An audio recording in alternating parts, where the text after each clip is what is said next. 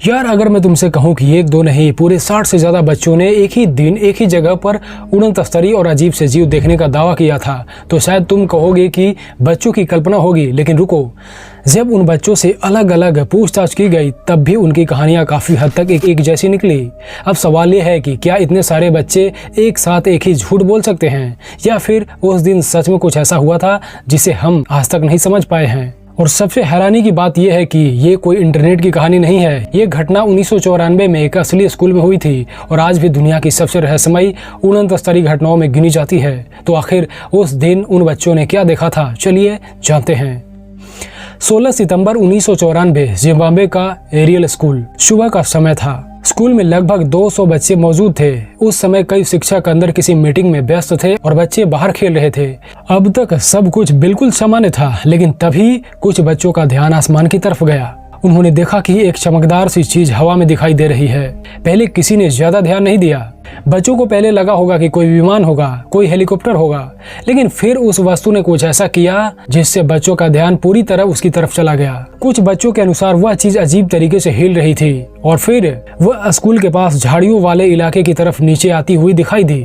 अब सोचो, अगर तुम उस उम्र के बच्चे होते और स्कूल के पास कोई रहस्यमयी चीज उतरती दिखाई देती तो क्या करते? जाहिर है उत्सुकता में देखने जाते। यही हुआ। कई बच्चे उस दिशा में देखने लगे और यहीं से कहानी रहस्यमयी हो जाती है। वह चीज जमीन पर उतर गई थी।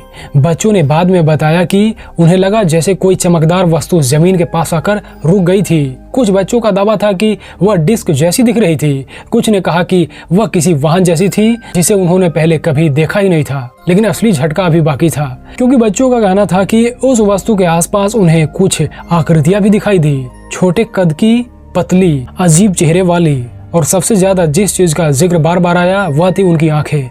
कई बच्चों ने कहा कि उन जीवों की आंखें बहुत बड़ी थी, इतनी बड़ी कि उन्हें देखकर डर लग रहा था।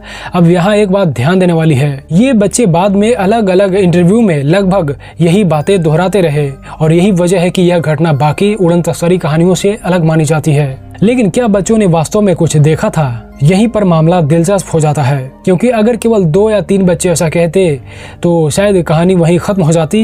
लेकिन यहाँ दर्जनों बच्चे एक जैसी बातें कर रहे थे। कुछ बच्चे तो इतने डरे हुए थे कि रोने लगे थे। कुछ ने कहा कि वे कई दिनों तक उस घटना को भूल नहीं पाए। अब सवाल यह उठता है कि आखिर उन्होंने देखा क्या था?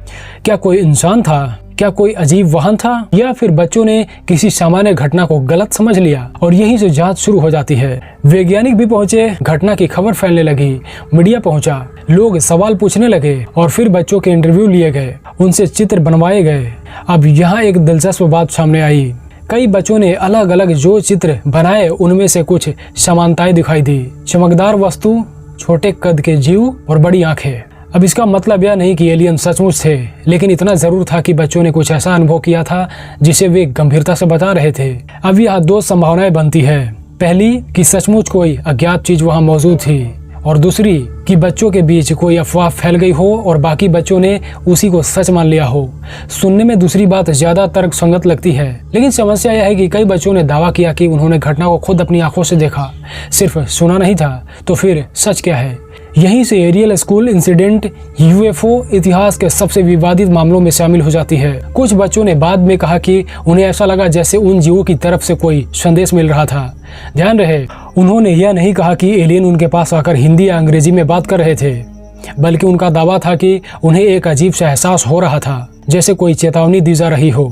कुछ बच्चों ने इसे पर्यावरण और तकनीक से जुड़ी चेतावनी की तरफ बताया। अब यह हिस्सा सबसे ज्यादा विवादित है, क्योंकि यहाँ से घटना सिर्फ उड़न तस्तरी देखने की कहानी नहीं रह जाती, बल्कि कुछ और बनने लगती है।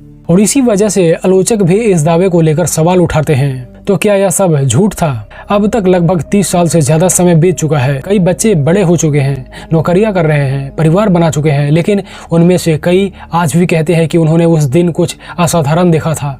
उन्होंने अपनी कहानी नहीं बदली और यही बात इस घटना को जिंदा रखती है। अगर यह केवल बच्चों की शरारत होती तो शायद कुछ वर्षों बाद सब स्वीकार कर लेते, लेकिन ऐसा नहीं हुआ। अब मैं तुमसे एक सवाल पूछता हूँ, अगर 60 से ज्यादा बच्चे एक जैसी कहानी बताए तो क्या वह सच साबित हो जाती है? जरूरी नहीं, लेकिन क्या उसे पूरी तरह नजरअंदाज किया जा सकता है? शायद नहीं।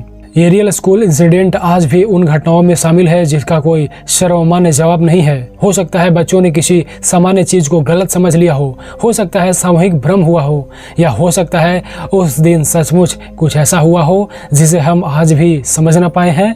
लेकिन एक बात तय है, 16 सितंबर 1994 को एरियल स्कूल में जो हुआ उसने एक ऐसा सवाल छोड़ दिया जो आज भी खुला हुआ है। आपका क्या मानना है कमेंट में ज़रूर बताना। और हाँ, आज की वीडियो इतना ही तक। इस वीडियो को लाइक कीजिए, शेयर कीजिए और चैनल को सब्सक्राइब जरूर करें। मिलते हैं नेक्स्ट वीडियो में नेक्स्ट थ्रिल के साथ।